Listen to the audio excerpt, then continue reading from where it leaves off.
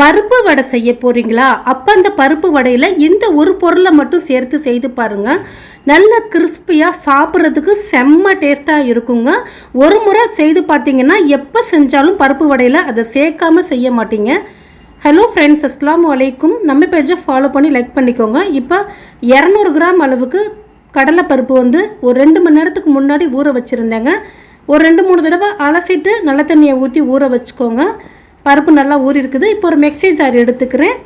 இப்போ இதில் 1 ஸ்பூன் அளவுக்கு சோம்பு சேர்த்துக்கிறேங்க. இது கூடவே சின்னதாக குட்டியாக இருக்கிறதுனால ஒரு 10 போல் வரமிளகாய் சேர்த்துக்கிறேன்.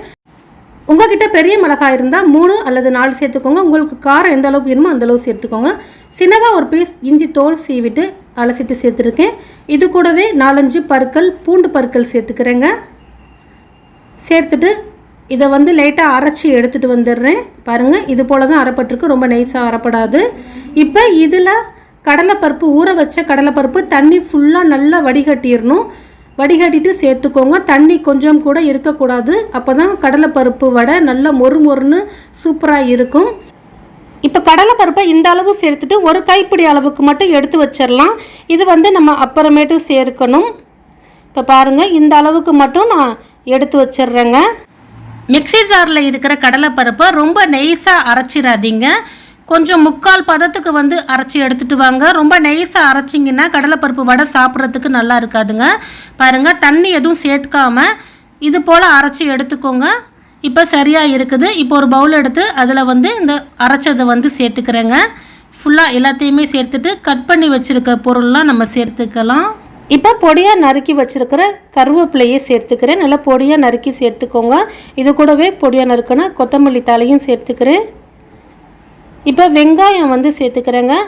ஒரு பெரிய வெங்காயம் கட் பண்ணி வச்சுருந்தேன். சின்ன வெங்காயம் கூட நீங்கள் சேர்த்துக்கலாம். நான் இன்றைக்கி பெரிய வெங்காயம் தான், ஒரு பெரிய வெங்காயம் கட் பண்ணது சேர்த்துக்கிறேன். பொடியாக நறுக்கி சேர்த்துக்கோங்க. இது கூடவே ஒரு பச்சை மிளகாய் பொடியாக நறுக்கி சேர்த்துட்டு நம்ம எடுத்து வச்சுருந்த இந்த கடலைப்பருப்பை எடுத்து சேர்த்துக்கலாங்க. இப்போ நான் சொன்ன பொருள் பார்த்திங்கன்னா வாழைப்பூ தாங்க.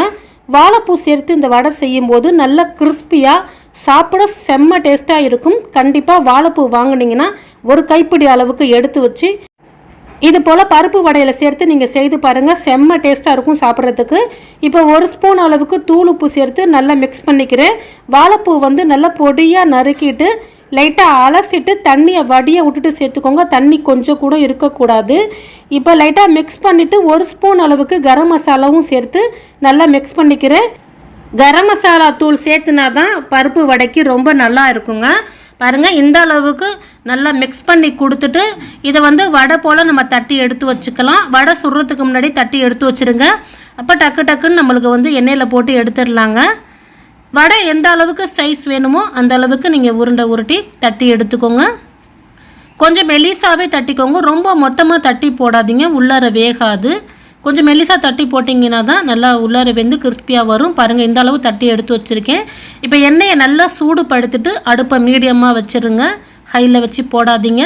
அடுப்பை மீடியமாக வச்சுட்டு ஒவ்வொரு வடையாக எடுத்து சேர்த்துக்கிறேன். கொஞ்சம் அகலமான பேனாக எடுத்துக்கோங்க. அப்போ தான் வடை சுடுறதுக்கு ஒரு 4-5 போட்டு நம்ம சுட முடியும். இப்போ 4 வடை சேர்த்துட்டு நல்லா ஒரு பக்கத்து வேகட்டும்.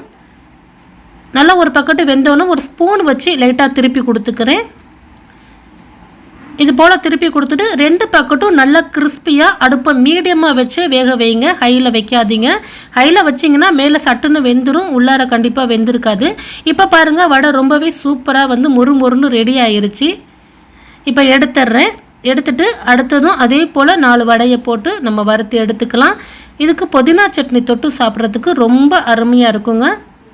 சும்மாவே சாப்பிடலாம், செம்ம டேஸ்ட்டாக இருக்கும். நம்ம வாழைப்பூலாம் சேர்த்து செய்ததுனால கண்டிப்பாக வாழைப்பூ வாங்கினீங்கன்னா ஒரு கைப்பிடி அளவுக்கு நீங்கள் வடையில் சேர்த்து செய்து பாருங்கள்.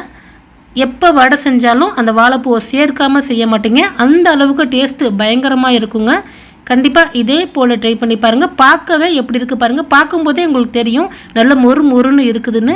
நான் இந்த வடையை ஒன்று எடுத்து பிச்சு சாப்பிட்டு காட்டுறேன் பாருங்கள். எப்படி கிறிஸ்பியாக மொறு மொறுன்னு முறுக்கு சாப்பிட்றது போல் சவுண்டு வருதுன்னு பாருங்கள். நல்லா உள்ளர சாஃப்டாக மேலே நல்ல மொறு மொறுன்னு நல்லா இருந்துச்சுங்க.